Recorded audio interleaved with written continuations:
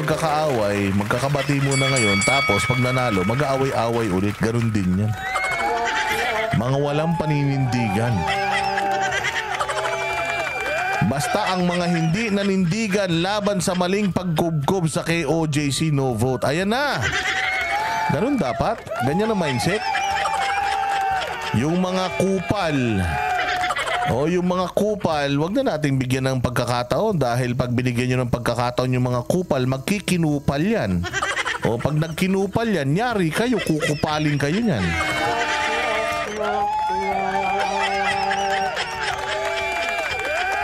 May hiling naman si Pangulong Marcos sa mga kandidato ng administrasyon. Sa aking pag-endorso, ang tanging hiling ko ay mapanatili ang kanilang katapatan at ulul! Ulul! Anyways, ayun nga, yung tungkol dyan. So eto, ibalik na tayo sa balita nito ni Presidente Bongbong Marcos, yung kanyang mga i-endorso na mga senador, senatoriables. Oo, eto na, pakinggan natin. Ilistan nyo na. Ilista nyo na yung mga yung mga i-endorso nito ni Sir. Oo, syempre, sabi nga nila kapag nag-endorso sinungaling, yung ini-endorso niyan, baka mga ganun din.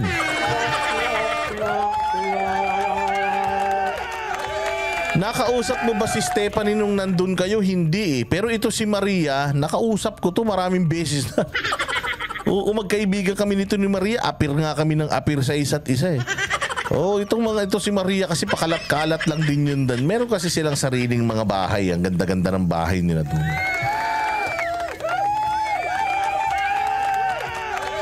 Ilista nyo na, ilista nyo na. Sabi nga nila, yung nag-i-endorso, sigurado ako, yung ini-endorso niya, sigurado ako kaparehas din niya. Kung ito nga nung nangampan niya nung 2022 walang tinupad eh. Kahit isa, walang tinupad to. Puro kapalpakan yung i-endorso nito, baka ganun din.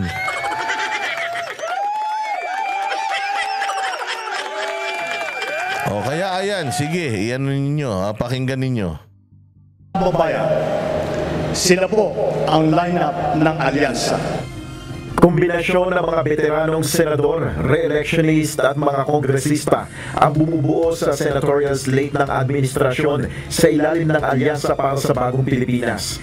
Kanina, inendorso na ni Pangulong Ferdinand Marcos Jr. ang mga pambato nila sa 2025 midterm elections. Alam mo, ang mabigat dito, ang malakas dito, yung Erwin Tulfo. Pero lagi niyong tatandaan ito lagi niyong tatandaan.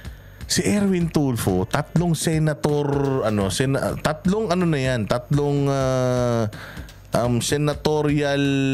election na nagna-number 1 yan sa survey, pero never yan tumakbo ng senador. Magtataka ka bakit? Oo, never siyang tumakbo ng senador. Nagtataka kung bakit. Di ba lagi siyang number 1 ngayon? Alam nyo ba? Na si Robin Padilla hindi natin ine-expect na mag-number 1.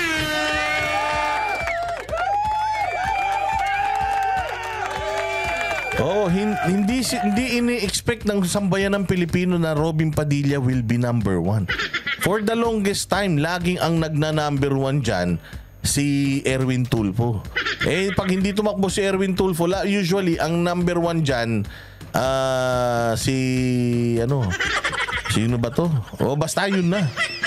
Basta hindi natin na-expect na magna-number 1 yan si Robin Padilla, pero nag-number 1 siya. Yes, nandito si Erwin Tulfo. Kabilang dito si na Department. Yan, pucha, yung number 1, Benhar Abalos. Ilubog na natin yan. Yung Benhar Abalos. Itong unang-unang line-up na to, Benhar Abalos, ilaglag natin yan. Parangawan nyo na. Ito yung mga talagang walang karapatang mamuno sa bayan nating Pilipinas dahil hindi pa senador to, nuknukan na ng yabang to. Hindi pa senador to, demonyo na to. Hindi pa senador to, may kayakap na to sa Facebook. Lalo na pag naging senador to, lalong magiging abusado to. Saan ka makakita ng taong mali na ginagawa pang tama? Pag naging senador to, mas lalo nyong bibigyan ng lisensya ito na umabuso sa inyo.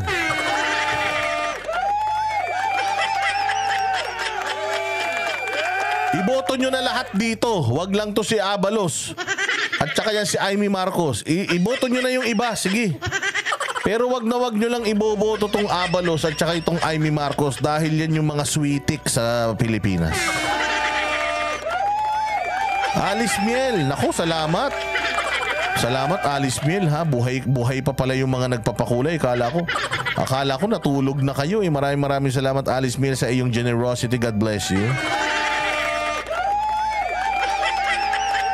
Ito kasi si Pia Cayetano, kasi alyansa yan eh. Ang dami na nilang partidong magkakadikit. Ang dami na nilang partidong magkakadikit. So ito si Pia, si Camille Villar at saka ito si Amy. Sila yung galing sa partido nila Nancy Villar. Kaya nasama ito si Pia Cayetano at saka si Camille. Pero ito si Amy, ang kapal-kapal ng mukha nito. Na kesyo ganito, kesyo ganyan, mali yung gobyerno, ganito, galit sa pamahalan ni Marcos. Pero po siya pa yung unang naglabas nitong mga pangalan na tatakbo under ng ticket ng kapatid niya. So traitor talaga to. Basta ito si Abalos, walang gagawing matino ito, mga bossing, maniwala kayo. Para sa akin walang gagawing matino yan. Okay, boto niyo, bahala kayo, wag kayong magrereklamo ha. Sinabi na namin noong nakaraang 2022, ang dami namin sinabi, hindi nyo pinakinggan ha. Sige, iboto nyo yan si Abalos, tingnan nyo kung anong gagawin niya sa Pilipinas.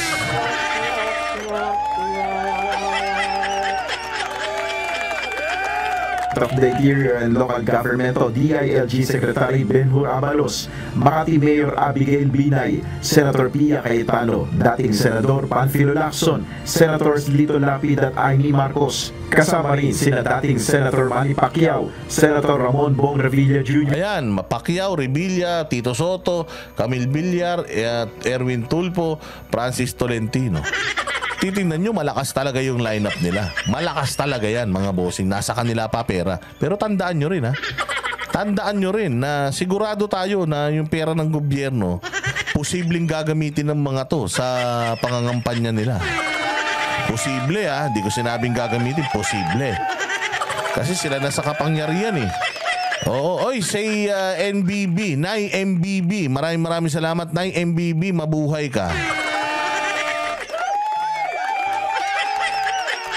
Mabuhay ka ng malupit. Nako po, si Jules Love. Ayan na. God bless, Boss Dado, watching from Japan. Arigato gozaimasu. So napakalakas ng lineup na to. Tingnan natin kung sino talaga yung final na inalabas ng lineup ni Inday Sara at saka ni PRRD. Tingnan natin kung magsasanib puwersa rin sila. Sana magsanib puwersa sila. Tapos dalawa silang umikot sa buong Pilipinas para ikampanya yung mga kandidato na to. Sigurado ako, ilubog natin tong mga itong mga kandidato na to ng administrasyon dahil masaya ba kayo sa administrasyon? Masaya ba kayo sa ginagawa nila sa bayang Pilipinas? Masaya ba kayo sa mga nakikita ninyo sa paligid ninyo ng mga pang-aabuso? Tapos ang mag-i-endorso, that same person na walang pagmamalasakit sa Pilipinas, siya yung mag-i-endorso ng mga taon na to. Anong ibig sabihin? No? Di ibig sabihin, kung ano yung puno, siya rin bunga. Kung ang nag-i-endorso, tamad, sigurado ko, yung mga ini-endorso, ganun din. Dating Senate President Vicente Tito Soto III, Senator Francis Tolentino, CIS Party List Representative Erwin Tulfo at Las Piñas Representative Camille Villar. Tanging ang presidential sister na si Senator Amy ang hindi present sa entablado. Hindi present, kunyari ka pa. Hindi ka nga present, nandoon naman yung mukha mo. Style mo, Amy, puro ka ka-ek-ekan sa buhay. Oo, yung pangarap mo na makatandem si Inday Sara, wag mo nang ituloy. Kung ako sa'yo, makipagbati ka na kay Lisa Marcos. Makipagbati ka na dahil bilong ka naman dyan. Pare-parehas naman kayo, makipagkaibigan ka na ulit sa kanila. Agad namang maghahain ng kanyang resignation sa gabinete si Secretary Abalos sa oras na maghain siya ng Certificate of Candidacy. Ipapaubay na lamang na DILG Chief kay Pangulong Marcos ang anunsyo kung sino ang papalit sa iiwan. Wag ka nang, umalis ka na, ngayon pa lang. Umalis ka, wala ka naman nagawa, mabuti dyan. Benhur Abalos, lumayas ka na dyan. Wala ka. Meron pa siyang sinabi na nahuli naman natin si Alice Guo at saka si Pastor. Ulol, Hindi mo nahuli si Pastor. Paano mo nahuli si Pastor? Paano mo nahuli si Pastor? Sa isap nga sumuko. Kung nahuli mo si nasa Dubai ka eh. Mahuhuli mo si Pastor, nasa Dubai ka. Kapal mo. Credit grabber ka. Ngayon pa lang, credit grabber ka na eh. Ngayon pa lang, makapal ka na eh. O lalo na kaya pag naging senador ka na. Tama, ngayon pa lang, mag-resign ka na. Para naman magkaroon ng katiwasayan ng local government sa Pilipinas. Hindi puro politika lang. Kanyang posisyon. I've heard of several names na papaitog sa akin, no? Siguro hindi ko lang pwedeng sabihin dahil narinig ko lang naman, pero nasa Pangulo na po ito.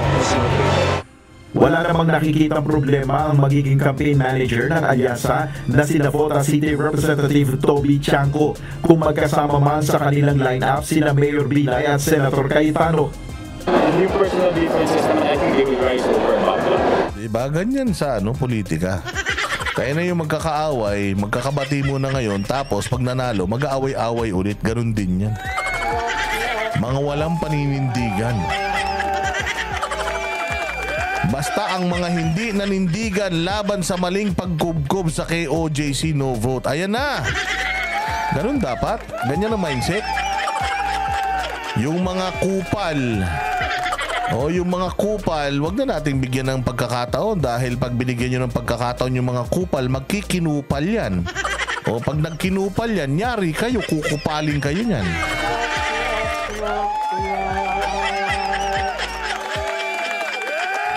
May hiling naman si Pangulong Marcos sa mga kandidato ng administrasyon. Sa aking pag-endorso, ang tanging hiling ko ay mapanatili ang kanilang katapatan at Ulol! Ulol! Nik-nik mo! Mapanmanatili ang kanilang katapatan, wala kang tinupad sa mga pangako mo. Ina talaga tong mga to, no? Mga hayop talaga. Ang tingin talaga nila sa tao, tanga, no? Mantakin mo, mapanatili ang kanilang katapatan. Ikaw nga, hindi ka tapat eh. Flood control project, putangin na niya, kinumagahan, bumaha.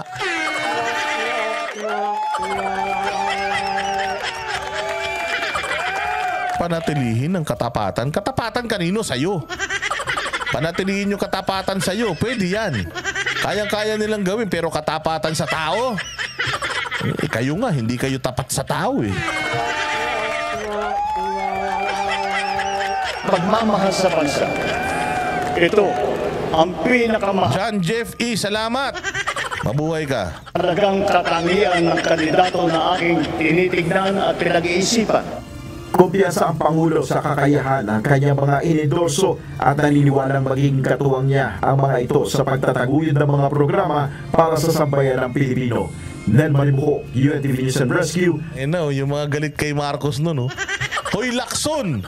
Anong ginagawa mo dyan? Ikaw ang nagpauna-pauna nung hair follicle test nung eleksyon. Diba? Alam mo yun eh. Ikaw ang naunang nagano dun eh. Ikaw naunang nagpaingay nung pa-drug test, diba?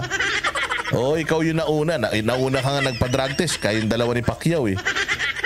Diba? Kasi ikaw naniniwala ka dun sa sinasabi ni PRD na meron tayong isang kandidato na bangag.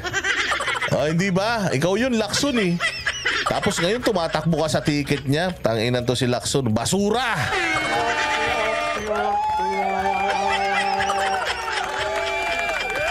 Isa kang basura, Lacson. Sana wag ka na rin manalo. Wala kayong mga paninindigan. Wala kayong mga paninindigan. Mga hinayupak kayo. Kaya pakinggan naman natin itong interview kay Erwin Tulfo. Malakas to si Erwin Tulfo, ha?